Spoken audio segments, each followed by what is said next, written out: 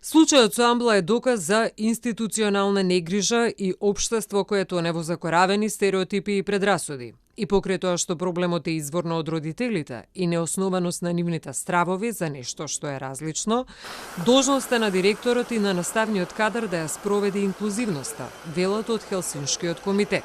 Мора некој да одговара за овие случувања. Бидејќи директорот е оној кој што има законската обврска да го спроведе образованието според Законот за основно образование, кое што треба да биде инклузивно, што значи дека треба да овозможи средина од секој аспект, од стручен кадар до самата инфраструктура, до прилагодување на наставата и така натаму.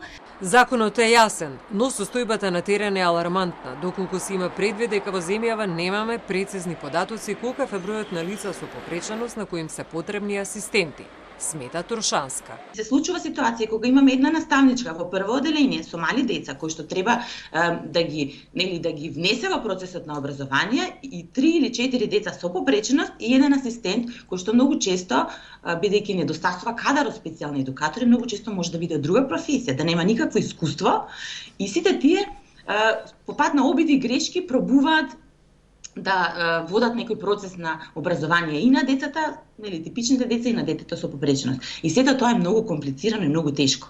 Важно е конечно да се има јасна слика за бројот на лицата со попреченост, да се изготват соодветни цели за нивното образование, кои ќе ги следат наставникот и образовниот асистент.